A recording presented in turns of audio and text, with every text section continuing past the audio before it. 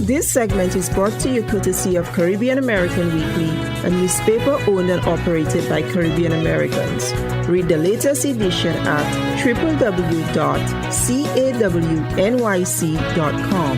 That's www.cawnyc.com. To like us on Facebook, to advertise or to subscribe, visit us at www.cawnyc.com. That's www.cawnyc.com.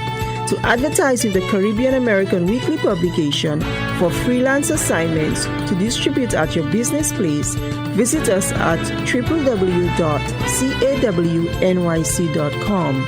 That's www.cawnyc.com. Or to meet a marketing representative at our office, call 718-771-0988. That's 718-771-0988.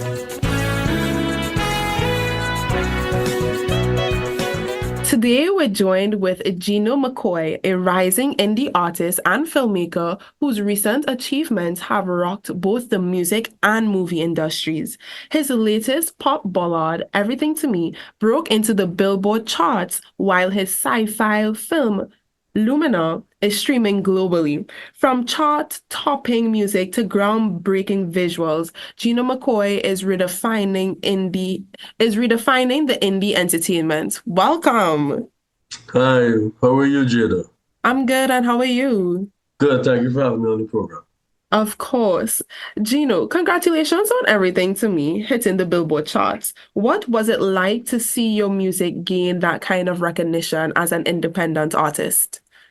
I mean, I thank God for that, and the support I got from my parents, throughout the years. It was really good to see that I spent such a long period of time in Los Angeles and Hollywood, and finally to be recognized for some of the music I've always wanted to do. So it was a good achievement. It was a good moment, I would say.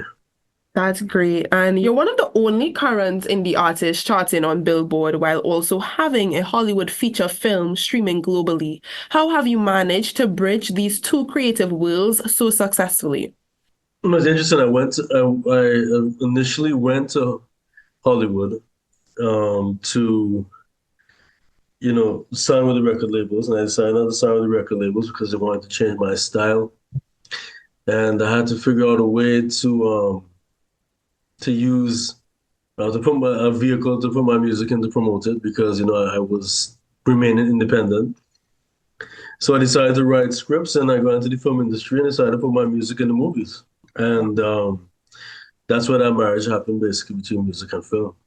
And fast forward, 16 years later, coming out with my independent film, independently distributed, going up against the other major studios was something that we achieved that a lot of other independent companies don't spend that type of marketing to get a film marketed nationwide in North America. And the soundtrack, of course, was done by myself. My songs, I co-composed the score. I wrote, directed, produced, and VFX supervised that movie. So I'm doing a lot of stuff that a lot of other artists are not doing.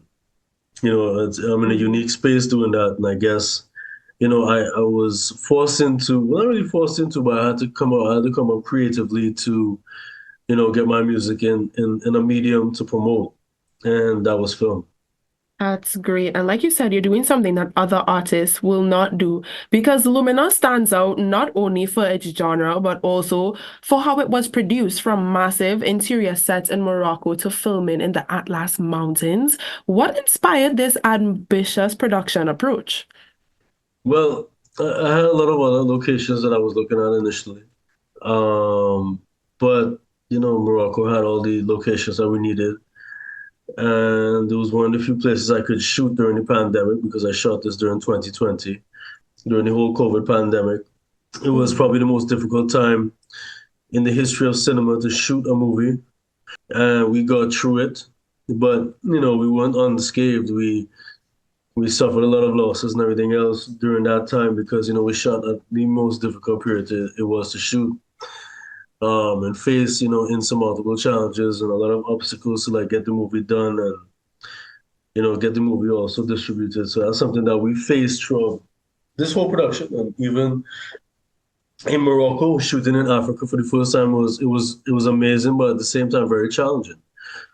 Mainly because, they don't shoot science fiction movies in Africa. Most of these science fiction movies that you see from the studios, like, Warner Brothers, Disney, Sony, whoever else, all the majors, they normally shoot in Canada, US, Europe, New Zealand, Australia. They never go to Africa to say, hey, I'm going to shoot a sci-fi movie here and employ, African crew to build sci-fi sets. But I did something that nobody else did. I took that chance. And I learned a lot from it, but like, we weren't setting out there to build the biggest sets on the continent. It just happened. Over 50,000 square feet of interior sets were built. We have the record right now for the biggest sets built on stages in the continent for science fiction. George Lucas and Star Wars shot in Tunisia. They built big outdoor sets, but not indoor. They use the exteriors of the desert and stuff like that for Tatooine, which is an actual town in Tunisia, and stuff like that. But we built the biggest interior sets, on sound stages on the continent. And, what inspired that was because of the proximity of Morocco being closer. Also, logistically speaking, because it was like, closer to the United States and Europe and everything else in Canada. Also, the fact that they have such a variety of locations from mountains to like, deserts, everything else. So, presenting a really unique opportunity during COVID to like shoot some really big locations and make the movie look big. And, some of the things we could do over there, we couldn't do in the United States and Canada. So, we seized that opportunity. That's great. And the film explores various themes, including love and survival. What message were you hoping to convey through Lumina? I wrote it as a sci-fi comedy. Really tongue-in-cheek, high camp. But it has themes of romance, of course, because, the lead's girlfriend is abducted by aliens and he goes in search of her to find her.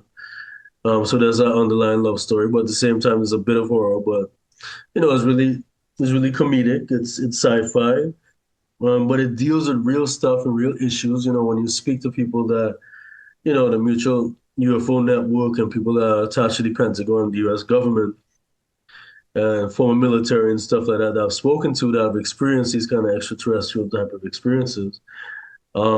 We take that and we employ it into the movie. And then on a lighter note, basically, because like it is tongue-in-cheek and it is sci-fi comedy. I know some of the critics didn't really understand the movie, didn't appreciate it, but the audience did. Over 80% on Rotten Tomatoes appreciated it. We had a 90%, audience testing when we did audience testing in Los Angeles and Toronto and New York. They loved the movie. Sometimes, at the same time, I don't really care about what critics say and everything else, so I care about what the audience says. And, this movie is a multi-genre movie, and, it was really experimental. It's highly experimental, and I took a chance with it. It's different than my other movies that I have, which is like drama, straight sci-fi, more serious sci-fi, action, this one's like highly experimental, and I'm really proud of it because I think we broke new ground with it, and I think people will appreciate, the uniqueness of this movie in the future, having looked at it afterwards, and then they'll appreciate the different themes that we explored and how experimental the film was, and breaking new ground. Yeah, that's great. And Everything to Me is also the title song of Lumina. How did you approach integrating music so deeply into the storytelling of your film? I think whenever I write a script, I think about what music and score is being played. Because, my other script I wrote with Michael Sloan, who did Equalizer with Denzel Washington. We wrote a script together and a movie and stuff like that. When I wrote that, I thought about what what score would be in the movie, you know, what teams, what tracks, like, title tracks would be in the movie. And everything to me is like, it is a love song. And, Lumina has that underlying love theme where this guy is going in search of the person that he loves and he wants to find out what happened. So I thought it was like appropriate to, music supervise that song in there. And, all the other songs I feel I fit in that goes with the actual, moving pictures. That's what it is because, it's the images and the scene and the relevance of the scene and like, what that song is saying. Like, not all of my songs that I had, my initial album could fit in the movie, but I fit I fit the songs in the movie that were appropriate to fit in the movie.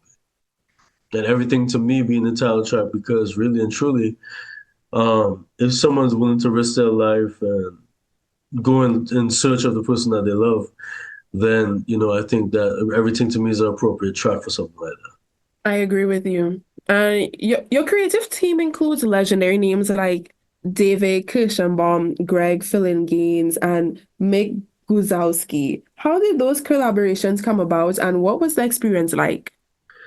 Oh, wow.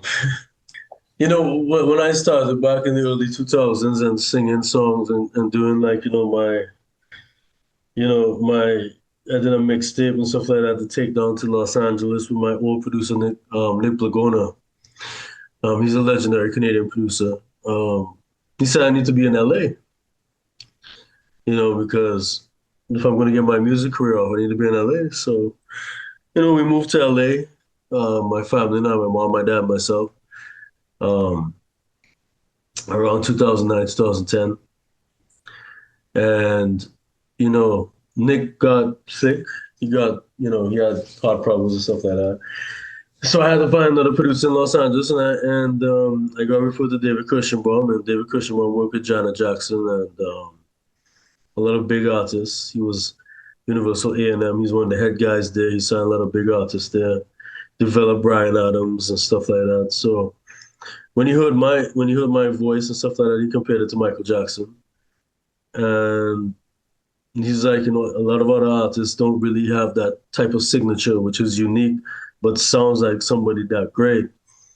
And, he took me on and he brought on Greg Fillinganes, whose mother is actually from Tobago, so he has Trinidad and Tobago roots as well, which I was very surprising because he was the musical director and arranger for Michael Jackson. He wrote songs for Michael. And he came on, he heard my stuff, and he loved working with me and saw my talent. And then he produced everything to me with David and myself and my parents, of course.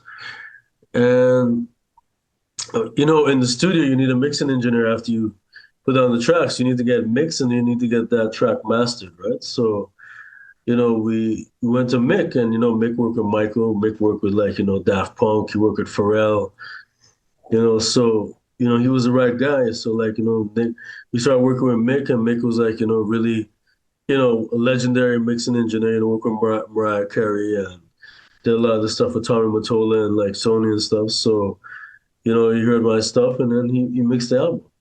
And, I built relationships that way, just being out in Los Angeles and networking and meeting people and being referred to people because of the talent I had in the music industry. It took really long to come out because, we had a lot of hiccups on the road in terms of like being in Hollywood is not what everybody thinks that you go there and everything happens right away. It's a long process. I've faced a lot of discrimination and racism being there in the industry, both in the film and music industry, to reach where I am right now. And, you still have obstacles and you still fight through it and you still, work hard to get your stuff done. But, a lot of that is what keeps people back there because, there's a lot of nepotism. There's a lot of, gatekeeping, because people like myself coming from the Caribbean, coming from Trinidad and Tobago, coming from Canada and stuff, and then going to Los Angeles is like, it's shark infested waters basically in the music and film industry. So, sometimes you take longer to do things. But thank God, we, decided to stay it out and fight through it. And like, we had a strong will to continue going, myself and my family. And, that's how I managed to get to this point and continue going. A lot of people give up. A lot of people leave LA. And, because they've been there for 5, 10 years, 15 years, sometimes they don't make it far.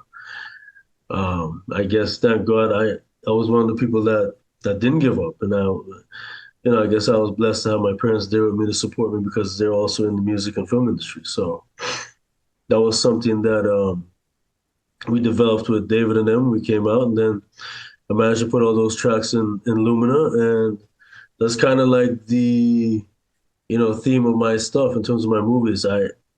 I score, I co-score, and I put music in my movies I'm working on. That's great, honestly. You have some exciting projects in your pipeline. Can you give us a sneak peek into what's next? I have Revolutionary, which is based on the stripped championship of Howard University, where Lincoln Phillips, who is the first Black professional soccer coach in the United States and became the head coach of Howard University's soccer team in the 1970s. Their championship, the first ever NCAA championship for a Black university in any sport, was Lincoln Phillips and his soccer team that was stripped because of racism from the NCAA. That's based on a true story. It was during the time of Black Power in Trinidad and Tobago.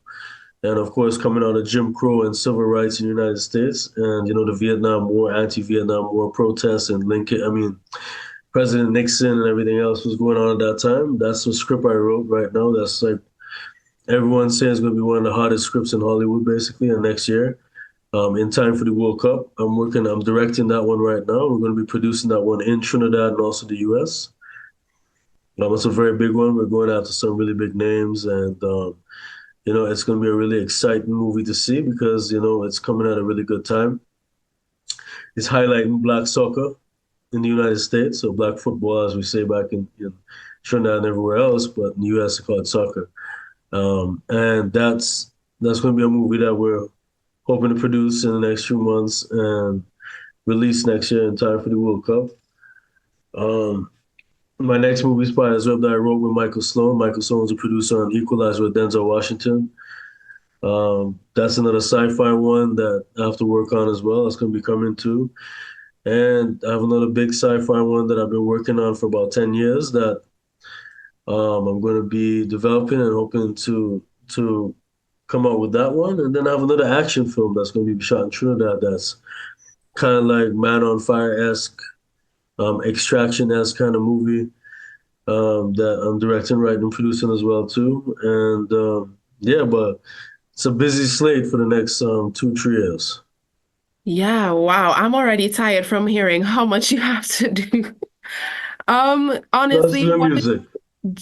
for the music, Plus doing music on top of that. plus doing music. I cannot imagine doing all of that. Do you have any last words, any advice you'd like to give to the listeners where they can stream your music and also get in contact with you?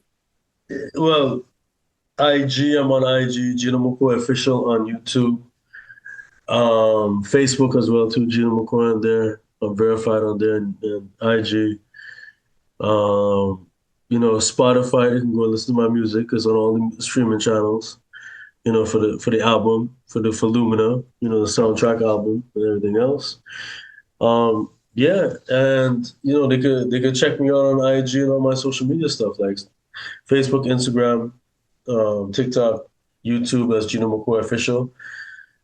Everything to me just crossed 1 million views on YouTube, which is cool within a week of release. So that's really cool. And just growing from there as independent artist. But my advice to everyone, to people coming into the industry, like the film and music industry, I would say, do your research, learn everything about the industry itself, even the business side, distribution, everything else.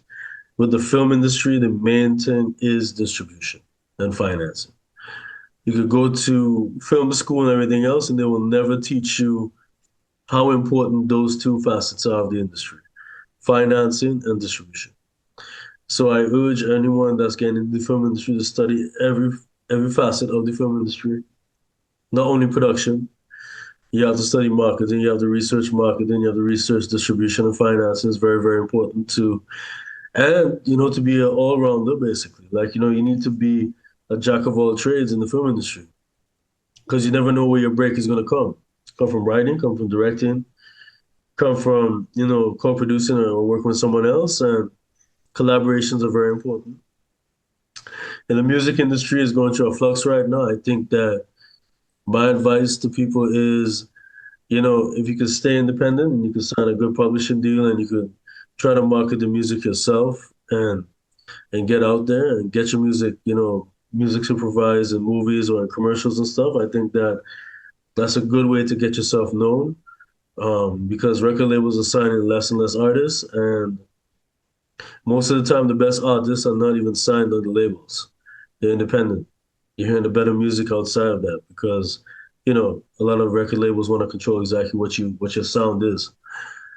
That's my best advice to them. And just try to find yourself in the right circles and be very careful because you can't trust everyone in the industry. Well, thank you so much, Gino, for coming on to the show. It was a pleasure. And I hope everyone who's listening enjoyed it. Thank you so much. I appreciate it. Thank you so much for having me. You're welcome. Take care.